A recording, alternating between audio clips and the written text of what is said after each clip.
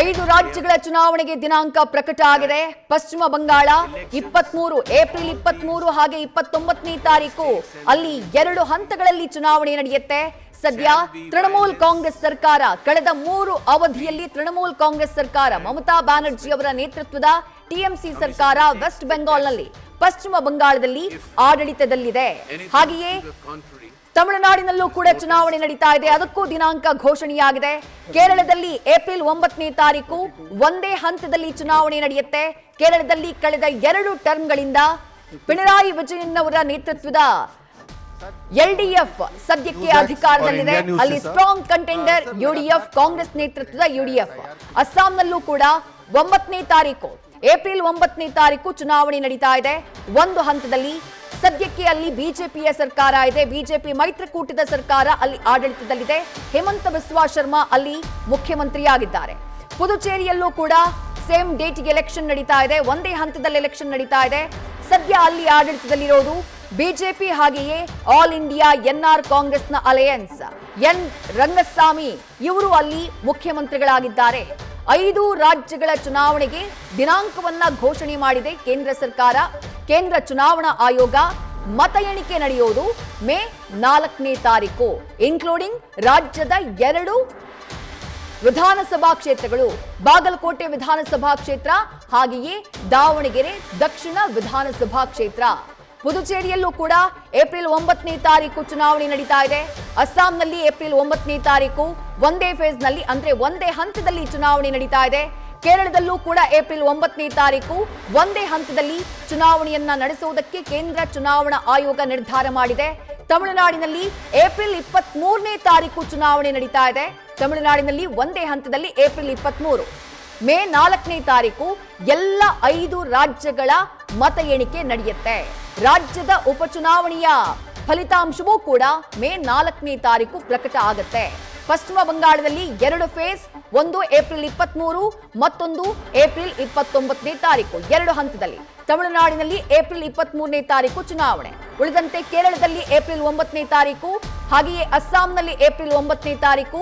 ರಾಜ್ಯದ 2 ವಿಧಾನಸಭಾ ಕ್ಷೇತ್ರಗಳು ಅಲ್ಲೂ ಕೂಡ ಏಪ್ರಿಲ್ 9ನೇ ತಾರೀಕು ಸದ್ಯ ಚುನಾವಣೆ ನಡೀತಾ ಇರೋದು. ಆದರೆ ಫಲಿತಾಂಶ ಒಟ್ಟಾಗಿ ಮತ ಎಣಿಕೆ ಕಾರ್ಯ ನಡೆಯೋದು ಅದು ಮೇ 4ನೇ ತಾರೀಕು.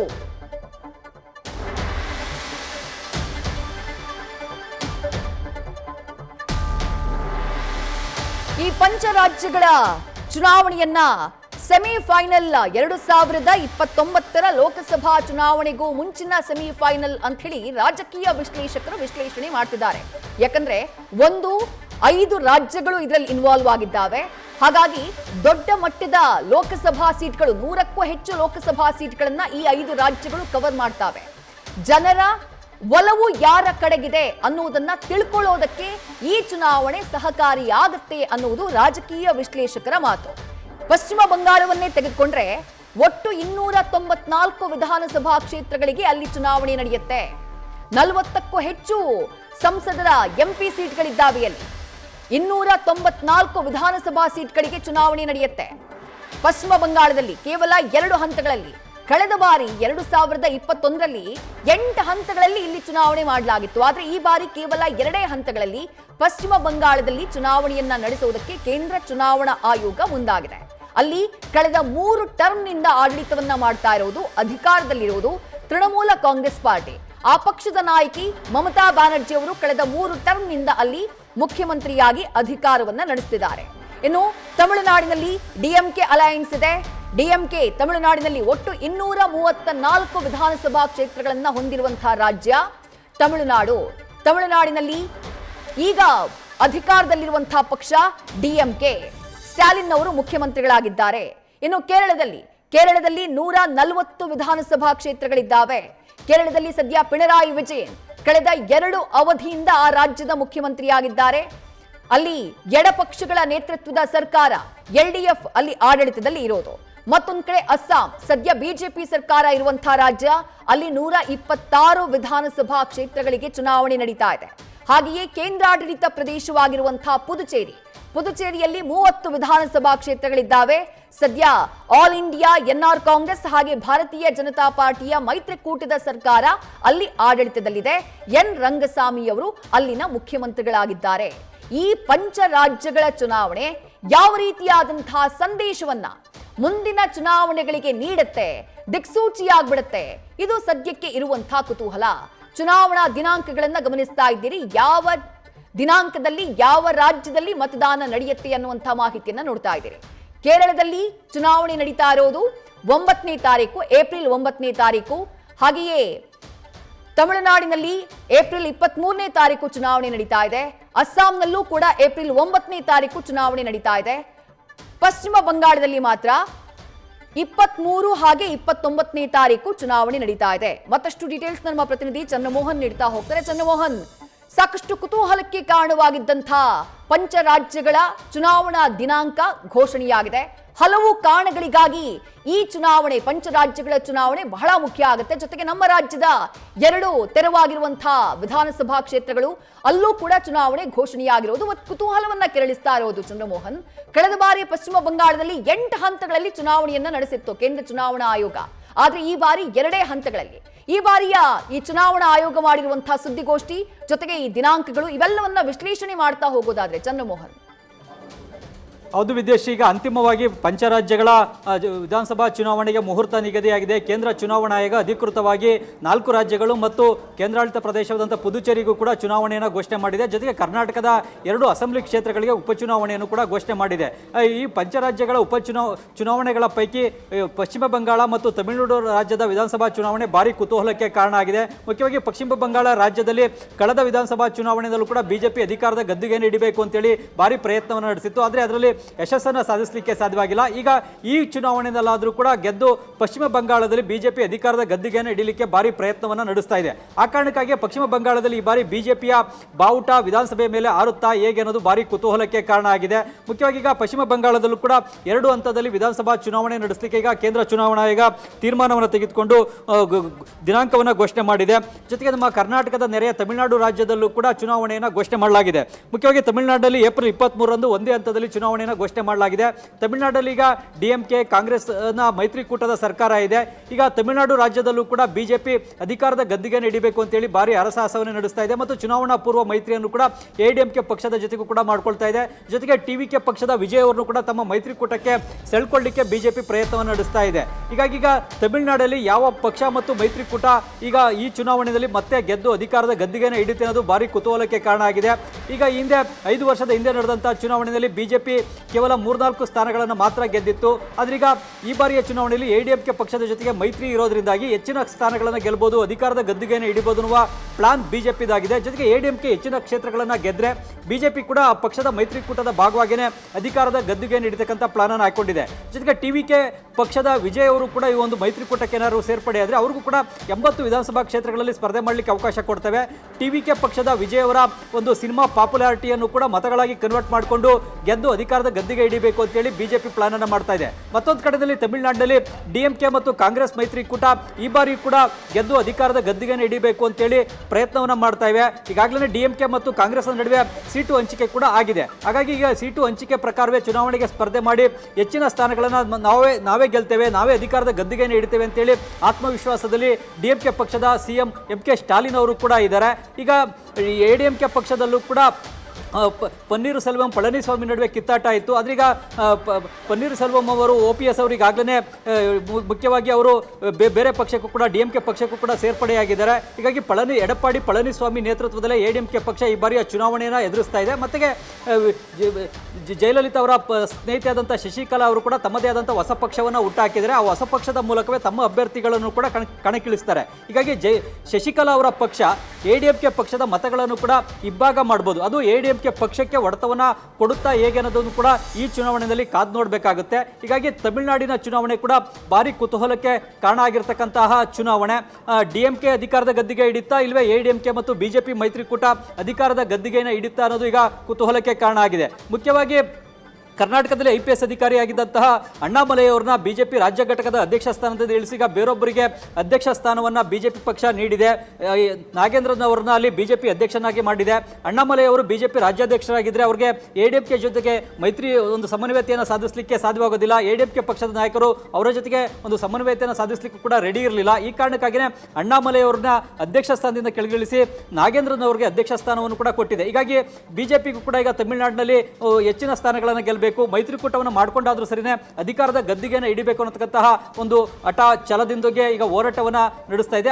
ಅದರಲ್ಲಿ ಈಗ ಬಿಜೆಪಿ ಎಷ್ಟರ ಮಟ್ಟಿಗೆ ಯಶಸ್ವಿಯಾಗುತ್ತೆ ಅನ್ನೋದು ಈ ಒಂದು ಚುನಾವಣೆಯಲ್ಲೇ ಸ್ಪಷ್ಟವಾಗಿ ಗೊತ್ತಾಗುತ್ತೆ. ವಿದ್ಯಾಶ್ರೀ, ಚಂದ್ರಮೋಹನ್, ಸುಮಾರು 100ಕ್ಕೂ ಹೆಚ್ಚು ಲೋಕಸಭಾ ಕ್ಷೇತ್ರಗಳು ಕವರ್ ಆಗುವಂತಹ ರಾಜ್ಯಗಳಿವು ಈ 5 ರಾಜ್ಯಗಳು. ಹಾಗಾಗಿ ಮುಂದಿನ ಲೋಕಸಭಾ ಚುನಾವಣೆಯ ಹಿನ್ನೆಲೆಯಲ್ಲಿ ಈ ಚುನಾವಣೆಯನ್ನ ನೋಡೋದಕ್ಕೆ ಸಾಧ್ಯ ಇದೆಯಾ, ಅಥವಾ ಯಾವ ರೀತಿಯಾದಂತಹ ಮೆಸೇಜ್ನ ಈ ಚುನಾವಣೆಯ ಫಲಿತಾಂಶ ನೀಡುವಂತಹ ನಿರೀಕ್ಷೆ ಇದೆ ಅಂತ ಹೇಳಿ? ಹೌದು ವಿದ್ಯಾಶ್ರೀ, ಈಗ ಮುಖ್ಯವಾಗಿ ಪಶ್ಚಿಮ ಬಂಗಾಳದ ರಾಜ್ಯ ವಿಧಾನಸಭಾ ಚುನಾವಣೆ ಕೇಂದ್ರದ ಸರ್ಕಾರಕ್ಕೂ ಕೂಡ ಬಹಳ ಮುಖ್ಯ ಮತ್ತು ಬಿಜೆಪಿಗೂ ಕೂಡ ಬಹಳ ಮುಖ್ಯ. ಬಿಜೆಪಿ ಮುಂದಿನ ಲೋಕಸಭಾ ಚುನಾವಣೆಯಲ್ಲೂ ಕೂಡ ಹೆಚ್ಚಿನ ಸ್ಥಾನಗಳನ್ನು ಗೆಲ್ಲಬೇಕು ಅಂದರೆ ಪಶ್ಚಿಮ ಬಂಗಾಳ ವಿಧಾನಸಭಾ ಚುನಾವಣೆಯಲ್ಲಿ ಬಿಜೆಪಿ ಉತ್ತಮವಾದಂಥ ಸಾಧನೆಯನ್ನು ಮಾಡಬೇಕು. ಅಸೆಂಬ್ಲಿಯಲ್ಲಿ ಹೆಚ್ಚಿನ ಕ್ಷೇತ್ರಗಳನ್ನು ಗೆದ್ದರೆ ಮುಂದಿನ ಲೋಕಸಭಾ ಚುನಾವಣೆಯಲ್ಲೂ ಕೂಡ ಹೆಚ್ಚಿನ ಕ್ಷೇತ್ರಗಳಲ್ಲಿ ಗೆಲುವನ್ನು ಸಾಧಿಸಲಿಕ್ಕೆ ಸಾಧ್ಯ ಆಗುತ್ತೆ.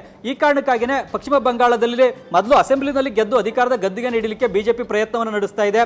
ಈ ಕಾರಣಕ್ಕಾಗಿಯೇ ಈ ಹಿಂದೆ TMCನಲ್ಲಿ ಸುವೇಂದು ಅಧಿಕಾರಿ ಅವರನ್ನು ಕೂಡ ಬಿಜೆಪಿ ಪಕ್ಷಕ್ಕೆ ಸೇರ್ಪಡೆಯನ್ನು ಮಾಡಿಕೊಂಡಿದೆ. ಅವರ ನಾಯಕತ್ವದಲ್ಲೇ ಕೂಡ ಈಗ ಬಿಜೆಪಿ ಕೂಡ ಚುನಾವಣೆಯನ್ನು ಎದುರಿಸ್ತಾ ಇದೆ. ಹೀಗಾಗಿ ಈಗ ಸುವೇಂದು ಅಧಿಕಾರಿ ಅವರು ಈ ಹಿಂದೆ ಕಳೆದ ಅಸೆಂಬ್ಲಿ ಚುನಾವಣೆಯಲ್ಲಿ ಮಮತಾ ಬ್ಯಾನರ್ಜಿ ಅವ್ರನ್ನೇ ನಂದಿಗ್ರಾಮ ಅಸೆಂಬ್ಲಿ ಕ್ಷೇತ್ರದಲ್ಲೇ ಸೋಲಿಸಿದ್ರು. ಅದಾದ ಬಳಿಕ ಮಮತಾ ಬ್ಯಾನರ್ಜಿ ಅವರು ಬೇರೆ ಕ್ಷೇತ್ರದಿಂದ ವಿಧಾನಸಭೆಗೆ ಆಯ್ಕೆ ಆಗಬೇಕಾದಂಥ ಪರಿಸ್ಥಿತಿ ಬಂದಿತ್ತು. ಹೀಗಾಗಿ ಈಗ ಸುವೇಂದು ಅಧಿಕಾರಿ ಅವರ ನೇತೃತ್ವದಲ್ಲಿ ಬಿಜೆಪಿ ಈ ಬಾರಿಯ ಚುನಾವಣೆಯಲ್ಲಿ ಎಷ್ಟರ ಮಟ್ಟಿಗೆ ಸಾಧನೆಯನ್ನು ಮಾಡುತ್ತೆ ಹೇಗೆ ಅನ್ನತಕ್ಕಂಥದ್ದು ಕೂಡ ಕುತೂಹಲಕ್ಕೆ ಕಾರಣ ಆಗಿದೆ. ಈ ಹಿಂದೆ ಜ್ಯೋತಿ ಬಸು ಅವರ ನಾಯಕತ್ವದಲ್ಲಿ CPIM ಪಶ್ಚಿಮ ಬಂಗಾಳದಲ್ಲಿ ನಿರಂತರವಾಗಿ ಅಧಿಕಾರದಲ್ಲಿತ್ತು. ಆದ್ರೀಗ CPIM ಪಕ್ಷ ಪಶ್ಚಿಮ ಬಂಗಾಳದಲ್ಲಿ ನಶಿಸಿ ಹೋಗಿದೆ. ಜೊತೆಗೆ ಕಾಂಗ್ರೆಸ್ ಕೂಡ ಭಾರಿ ದುರ್ಬಲ ಆಗಿದೆ. ಈ ಕಾರಣಕ್ಕಾಗಿ ಈಗ ಅಲ್ಲಿ ಏನಿದ್ರು ಫೈಟ್ ಇರುವಂಥದ್ದು TMC ಮತ್ತು ಬಿಜೆಪಿ ಪಕ್ಷದ ನಡುವೆ ಮಾತ್ರನೇ. ಹೀಗಾಗಿ ಮುಂದಿನ ಲೋಕಸಭಾ ಚುನಾವಣೆಯ ದೃಷ್ಟಿಯಿಂದಲೂ ಕೂಡ ಪಶ್ಚಿಮ ಬಂಗಾಳದ ವಿಧಾನಸಭಾ ಚುನಾವಣೆಯಲ್ಲಿ ಯಾರು ಗೆದ್ದು ಅಧಿಕಾರದ ಗದ್ದಿಗೆ ಹಿಡಿತಾರೆ ಅನ್ನೋದು ಬಹಳ ಮುಖ್ಯ ಆಗುತ್ತೆ. ಇನ್ನು ತಮಿಳುನಾಡು ಕೂಡ ಬಿಜೆಪಿ ಪಾಲಿಗೆ ಬಹಳ ಮಹತ್ವದ ರಾಜ್ಯನೇ. ಯಾಕೆಂತಂದ್ರೆ ಹೆಚ್ಚಿನ ಕ್ಷೇತ್ರಗಳಲ್ಲಿ ತಮಿಳುನಾಡಿನಲ್ಲಿ ಬಿಜೆಪಿ ಗೆಲ್ಲಲಿಕ್ಕೆ ಆಗಿಲ್ಲ ಲೋಕಸಭಾ ಚುನಾವಣೆಯಲ್ಲೂ ಕೂಡ. ಆದರೆ ADMK ಜೊತೆಗಿನ ಮೈತ್ರಿಯ ಕಾರಣಕ್ಕಾಗಿ ಮುಂದಿನ ಲೋಕಸಭಾ ಚುನಾವಣೆಯಲ್ಲಿ ಹೆಚ್ಚಿನ ಕ್ಷೇತ್ರಗಳಲ್ಲಿ ಗೆಲ್ಲುವಂತಹ ಗುರಿಯನ್ನು ಬಿಜೆಪಿ ಹಾಕೊಂಡಿದೆ.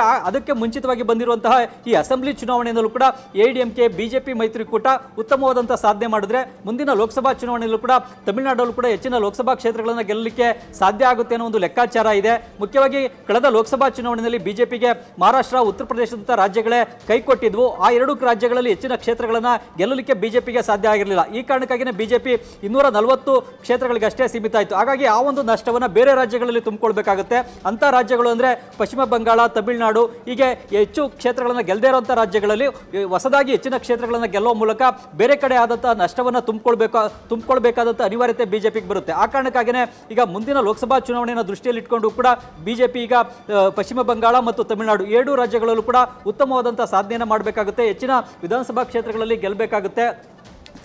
ತಾವೇ ಸ್ವತಂತ್ರವಾಗಾದರೂ ಸರಿ ಅಥವಾ ಮೈತ್ರಿಕೂಟದೊಂದಿಗೆ ಅಧಿಕಾರದ ಗದ್ದಿಗೆ ನೀಡುವಂಥ ನಿಟ್ಟಿನಲ್ಲೂ ಕೂಡ ಪ್ರಯತ್ನವನ್ನು ನಡೆಸಬೇಕಾಗುತ್ತೆ. ಮತ್ತೊಂದು ಕಡೆಯಲ್ಲಿ ಈಗ ವಿರೋಧ ಪಕ್ಷಗಳು ಕೂಡ ಬಿಜೆಪಿಗೆ ಈ ವಿಧಾನಸಭಾ ಚುನಾವಣೆಯಲ್ಲಿ ಸೋಲು ಉಣಿಸಬೇಕು ಅಂತೇಳಿ ಭಾರಿ ಪ್ರಯತ್ನವನ್ನೇ ನಡೆಸ್ತಾ ಇವೆ. ತಮ್ಮದೇ ಆದಂತಹ ಪ್ಲಾನ್ ಅನ್ನು ಕೂಡ ರೂಪಿಸಿಕೊಂಡಿವೆ, ಮೈತ್ರಿಕೂಟವನ್ನು ಕೂಡ ಮಾಡಿಕೊಂಡಿವೆ. ತಮಿಳುನಾಡಿನಲ್ಲೂ ಕೂಡ ಈಗಾಗಲೇ DMK ಕಾಂಗ್ರೆಸ್ ನಡುವೆ ಮೈತ್ರಿಕೂಟ ಆಗಿದೆ. ಪಂಚರಾಜ್ಯಗಳ ಚುನಾವಣೆ ಒಂದು ಕಡೆಗೆ ಅದನ್ನ ವಿಶ್ಲೇಷಣೆ ಮಾಡಿದ್ರಿ. ಅದರ ಜೊತೆಗೆ ರಾಜ್ಯದ 2 ವಿಧಾನಸಭಾ ಕ್ಷೇತ್ರಗಳ ಉಪಚುನಾವಣೆ, ಎರಡೂ ಕೂಡ ಕಾಂಗ್ರೆಸ್ನ ಶಾಸಕರಿದ್ದಂತಹ ವಿಧಾನಸಭಾ ಕ್ಷೇತ್ರಗಳು. ಹಾಗಾಗಿ ಈ ಚುನಾವಣೆ ಇಲ್ಲಿರುವಂತಹ ರಾಷ್ಟ್ರೀಯ ಪಕ್ಷಗಳು ಕಾಂಗ್ರೆಸ್ ಆಗಿರಬಹುದು, ಬಿಜೆಪಿ ಹಾಗೆ JDSನ ಮೈತ್ರಿಕೂಟ ಆಗಿರಬಹುದು ಎಷ್ಟು ಮುಖ್ಯ ಆಗುತ್ತೆ, ಯಾವ ರೀತಿಯಾದಂತಹ ಸ್ಟ್ರಾಟಜಿಗಳನ್ನ ಮಾಡಬಹುದು ಅಂತ ಹೇಳಿ ಚಂದ್ರಮೋಹನ್. ಹೌದು ವಿದೇಶಿ, ಈಗ ಮುಖ್ಯವಾಗಿ ಶಾಮನೂರು ಶಿವಶಂಕರಪ್ಪ ಅವರ ನಿಧನದಿಂದ ದಾವಣಗೆರೆ ದಕ್ಷಿಣ ವಿಧಾನಸಭಾ ಕ್ಷೇತ್ರ ತೆರವಾಗಿದೆ. ಅದಕ್ಕೂ ಈಗ ಚುನಾವಣೆಯನ್ನು ಘೋಷಣೆ ಮಾಡಲಾಗಿದೆ. ಏಪ್ರಿಲ್ 9ನೇ ತಾರೀಕು ಮತದಾನ ನಡೆದರೆ ಮೇ 4ನೇ ತಾರೀಕು ಫಲಿತಾಂಶ ಪ್ರಕಟ ಆಗುತ್ತೆ. ಮುಖ್ಯವಾಗಿ ದಾವಣಗೆರೆ ದಕ್ಷಿಣ ವಿಧಾನಸಭಾ ಕ್ಷೇತ್ರ ಕಾಂಗ್ರೆಸ್ನ ಭದ್ರಕೋಟೆ. ಶಾಮನೂರು ಶಿವಶಂಕರಪ್ಪ ಅವರು ನಿರಂತರವಾಗಿ ಈ ಕ್ಷೇತ್ರದಿಂದ ಗೆದ್ದು ಬರ್ತಾ ಇದ್ರು. ಆದ್ರೆ ಈಗ ಕಾಂಗ್ರೆಸ್ ಪಕ್ಷದಲ್ಲಿ ಈಗ ಈ ಕ್ಷೇತ್ರದಲ್ಲಿ ಯಾರಿಗೆ ಟಿಕೆಟ್ ಅನ್ನು ನೀಡ್ತಾರೆ ಅನ್ನೋದು ಇನ್ನೂ ಸ್ಪಷ್ಟವಾಗಿಲ್ಲ. ಮುಖ್ಯವಾಗಿ ಶಾಮನೂರು ಶಿವಶಂಕರಪ್ಪ ಅವರ ಮೊಮ್ಮಕ್ಕಳಿಗೆ ಏನಾದರೂ ಕೂಡ ಟಿಕೆಟ್ ಅನ್ನು ಕೊಡ್ತಾರಾ ಹೇಗೆ ಅನ್ನತಕ್ಕಂಥ ಕುತೂಹಲ ಇದೆ. ಈಗ ಮುಸ್ಲಿಂ ಸಮುದಾಯ ಕೂಡ ಕೂಡ ದಾವಣಗೆರೆ ದಕ್ಷಿಣ ವಿಧಾನಸಭಾ ಕ್ಷೇತ್ರದಲ್ಲಿ ಟಿಕೆಟ್ ಅನ್ನ ಕೇಳ್ತಾ ಇದ್ದಾರೆ. ಈ ಹಿಂದೆಯಿಂದಲೂ ಕೂಡ ನಮಗೆ ಟಿಕೆಟ್ ಕೊಡಬೇಕಾಗಿತ್ತು. ಯಾಕಂತಂದ್ರೆ ದಾವಣಗೆರೆ ದಕ್ಷಿಣ ವಿಧಾನಸಭಾ ಕ್ಷೇತ್ರದಲ್ಲಿ ಸುಮಾರು 50,000 ಮುಸ್ಲಿಂ ಸಮುದಾಯದ ಮತಗಳಿವೆ. ಈ ಕಾರಣಕ್ಕಾಗಿ ನಮಗೇನೆ ಟಿಕೆಟ್ ಕೊಡಬೇಕು ಅಂತೇಳಿ ಮುಸ್ಲಿಂ ಸಮುದಾಯ ಕೂಡ ಕಾಂಗ್ರೆಸ್ನ ರಾಜ್ಯ ನಾಯಕರಿಗೆ ಮತ್ತು ಹೈಕಮಾಂಡ್ ನಾಯಕರ ಮುಂದೆ ಬೇಡಿಕೆಯನ್ನು ಇಟ್ಟಿದೆ. ಹಾಗಾಗಿ ಮುಸ್ಲಿಂ ಸಮುದಾಯಕ್ಕೆ ಟಿಕೆಟ್ ಅನ್ನು ಕೊಡಲಾಗುತ್ತಾ, ಇಲ್ವೇ ಶಾಮನೂರು ಶಿವಶಂಕರಪ್ಪ ಅವರ ಮೊಮ್ಮಕ್ಕಳಿಗೆ ಏನಾದರೂ ಕೂಡ ಟಿಕೆಟ್ ಅನ್ನ ನೀಡಲಾಗುತ್ತಾ ಅನ್ನೋ ಒಂದು ಕುತೂಹಲ ಇದೆ. ಹೀಗಾಗಿ ಕಾಂಗ್ರೆಸ್ ಟಿಕೆಟ್ ಯಾರಿಗೆ ಕೊಡ್ತಾರೆ ಅನ್ನೋದ್ರ ಮೇಲೆ ಅಲ್ಲಿ ಗೆಲುವು ಕಾಂಗ್ರೆಸ್ಗೆ ಸಿಗುತ್ತಾ ಇಲ್ವಾ ಅನ್ನೋದು ನಿರ್ಧಾರ ಆಗುತ್ತೆ. ಇನ್ನು ಬಿಜೆಪಿ ಪಕ್ಷದಲ್ಲೂ ಕೂಡ ಸುಮಾರು 4-5 ಮಂದಿ ಟಿಕೆಟ್ ಆಕಾಂಕ್ಷಿಗಳಿದ್ದಾರೆ. ಅವರಲ್ಲಿ ಯಾರಿಗೆ ಟಿಕೆಟ್ ಅನ್ನು ನೀಡಲಾಗುತ್ತೆ ಅನ್ನೋದು ಕೂಡ ಈಗ ಕುತೂಹಲಕ್ಕೆ ಕಾರಣ ಆಗಿರತಕ್ಕಂಥ ವಿಚಾರ. ಮತ್ತು ದಾವಣಗೆರೆ ಜಿಲ್ಲೆನಲ್ಲೂ ಕೂಡ ಬಿಜೆಪಿ ಪಕ್ಷದಲ್ಲೇ 2 ಬಣಗಳಾಗೋಗ್ಬಿಟ್ಟಿವೆ. ಆ 2 ಬಣಗಳನ್ನು ಕೂಡ ಒಗ್ಗೂಡಿಸಿಕೊಂಡೇ ಈಗ ಚುನಾವಣೆಯನ್ನು ಬಿಜೆಪಿ ಕೂಡ ಎದುರಿಸಬೇಕಾಗುತ್ತೆ. 2 ಬಣಗಳನ್ನು ಕೂಡ ವಿಶ್ವಾಸಕ್ಕೆ ತೆಗೆದುಕೊಳ್ಬೇಕಾಗುತ್ತೆ. ಒಬ್ಬರ ಕಾಲನ ಮತ್ತೊಬ್ಬರು ಎಳೆಯದಂತೆ ನೋಡಿಕೊಂಡು ಚುನಾವಣೆಯನ್ನ ನಡೆಸಬೇಕಾಗುತ್ತೆ. ಆದರೂ ಕೂಡ ಈ ಒಂದು ದಾವಣಗೆರೆ ದಕ್ಷಿಣ ವಿಧಾನಸಭಾ ಕ್ಷೇತ್ರ ಈಗ ಕಳೆದ 20-25 ವರ್ಷದ ಇತಿಹಾಸವನ್ನು ನೋಡಿದ್ರೆ ಕಾಂಗ್ರೆಸ್ನ ಭದ್ರಕೋಟೆ ಆಗಿರ್ತಕ್ಕಂಥದ್ದು ಮತ್ತು ಕಾಂಗ್ರೆಸ್ನ ಸಾಂಪ್ರದಾಯಿಕ ವೋಟ್ ಬ್ಯಾಂಕ್ ಆದಂಥ ಮುಸ್ಲಿಂ ಸಮುದಾಯದ ಮತಗಳು ಹೆಚ್ಚಿನ ಸಂಖ್ಯೆಯಲ್ಲಿ ಇರೋದ್ರಿಂದ ಇದು ಕಾಂಗ್ರೆಸ್ನ ಪಾಲಿಗೆ ಫೇವರಿಟ್ ಆಗಿರ್ತಕ್ಕಂಥ ಕ್ಷೇತ್ರ. ಅದೇ ರೀತಿಯಲ್ಲಿ ಬಾಗಲಕೋಟೆ ಕ್ಷೇತ್ರ ಕೂಡ ಎಚ್.ವೈ. ಮೇಟಿ ಅವರ ನಿಧನದಿಂದ ತೆರವಾಗಿರ್ತಕ್ಕಂಥ ಕ್ಷೇತ್ರ. ಈಗ ಬಾಗಲಕೋಟೆ ವಿಧಾನಸಭಾ ಕ್ಷೇತ್ರದಲ್ಲಿ ಎಚ್.ವೈ. ಮೇಟಿ ಅವರ ಕುಟುಂಬಕ್ಕೆ ಟಿಕೆಟ್ ನೀಡ್ತೇವೆ ಅಂತೇಳಿ ಸಿಎಂ ಸಿದ್ದರಾಮಯ್ಯ ಅವರು ಕೂಡ ಈಗಾಗಲೇ ಘೋಷಣೆಯನ್ನು ಮಾಡಿದ್ದಾರೆ. ಈಗ ಎಚ್.ವೈ. ಮೇಟಿ ಅವರ ಕುಟುಂಬದಲ್ಲೂ ಕೂಡ ಅವ್ರ ಮಕ್ಕಳು 2-3 ಕೂಡ ಟಿಕೆಟ್ ಆಕಾಂಕ್ಷಿಗಳು ಇದ್ದಾರೆ. ಮಗನಿಗೆ ಟಿಕೆಟ್ ಕೊಡಬೇಕಾ, ಮೇಟಿ ಅವರ ಮಗನಿಗೆ ಅಥವಾ ಮೇಟಿ ಅವರ ಮಗಳಿಗೆ ಟಿಕೆಟ್ ಕೊಡಬೇಕಾ ಅಥವಾ ಅವರ ಪತ್ನಿಗೆ ಟಿಕೆಟ್ ಕೊಡಬೇಕಾ ಅನ್ನೋದ್ರ ಬಗ್ಗೆ ಈಗ ಕಾಂಗ್ರೆಸ್ನ ರಾಜ್ಯ ನಾಯಕರು ಮತ್ತು ಹೈಕಮಾಂಡ್ ನಾಯಕರುಗಳು ಕೂಡ ತೀರ್ಮಾನವನ್ನು ತೆಗೆದುಕೊಳ್ಬೇಕಾಗುತ್ತೆ. ಅಲ್ಲಿ ಬಿಜೆಪಿಯಿಂದ ವೀರಣ್ಣ ಚರಂತಿಮಠ ಅವರು ಕೂಡ ಅಭ್ಯರ್ಥಿಯಾಗಿ ಕಣಕ್ಕಿಳಿಬಹುದು. ಹೀಗಾಗಿ ವೀರಣ್ಣ ಚರಂತಿಮಠ ವರ್ಸಸ್ ಎಚ್.ವೈ. ಮೇಟಿ ಅವರ ಫ್ಯಾಮಿಲಿಯ ನಡುವೆ ಈ ಫೈಟ್ ನಡೆಯುತ್ತೆ. ಹಾಗಾಗಿ ಅಲ್ಲಿ ಕಾಂಗ್ರೆಸ್ ಕೂಡ ಈ ಒಂದು ಅನುಕಂಪದ ಆಧಾರದ ಮೇಲೆ ಗೆಲುವನ್ನು ಸಾಧಿಸತಕ್ಕಂಥ ಲೆಕ್ಕಾಚಾರವನ್ನು ಕೂಡ ಹಾಕೊಂಡಿದೆ. ಎಚ್.ವೈ. ಮೇಟಿ ಅವರ ನಿಧನದ ಅನುಕಂಪದ ಲಾಭವನ್ನು ಪಡೆಯುವಂತಹ ಪ್ರಯತ್ನದಲ್ಲಿ ಕಾಂಗ್ರೆಸ್ ಪಕ್ಷ ಇದೆ. ವಿದ್ಯಾಶ್ರೀ, ಥ್ಯಾಂಕ್ ಯು ಚಂದ್ರಮೋಹನ್ ತಮ್ಮೆಲ್ಲ ಡೀಟೇಲ್ಸ್ಗೆ. ನ್ಯೂಸ್ ಫಸ್ಟ್ ನಿರ್ಭೀತಿಯಿಂದ ನಿಮ್ಮ ಪರವಾಗಿ.